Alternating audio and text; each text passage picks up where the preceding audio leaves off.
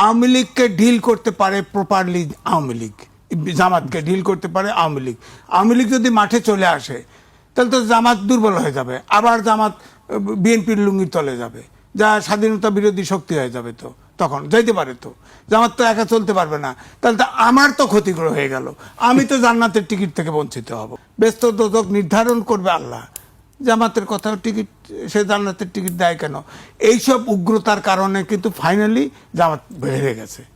আমি দেখেন তাদের যে তাফালিং শেষে টাকা পয়সা দেওয়া, জান্নাতের টিকিট র্যাম্পেন্ট ইয়ে করা, সূর্য মাথার কাছে তাক দেখলে থেমে যায়, এরকম সব বক্তৃতা দেওয়াতে মানুষ ভাবছে এই জামাতকে ভোট দিয়ে যদি যায় তাহলে আবার আফগানিস্তানে যা ভ্রমণ করে আসছে 11 দলের একজন, আবার আফগানিস্তানের 2 জন এসে ভিজিট করে গেছে বাংলাদেশে, একজন অফিসিয়ালি আর একজন আনঅফিসিয়ালি ভিজিট করে গেছে।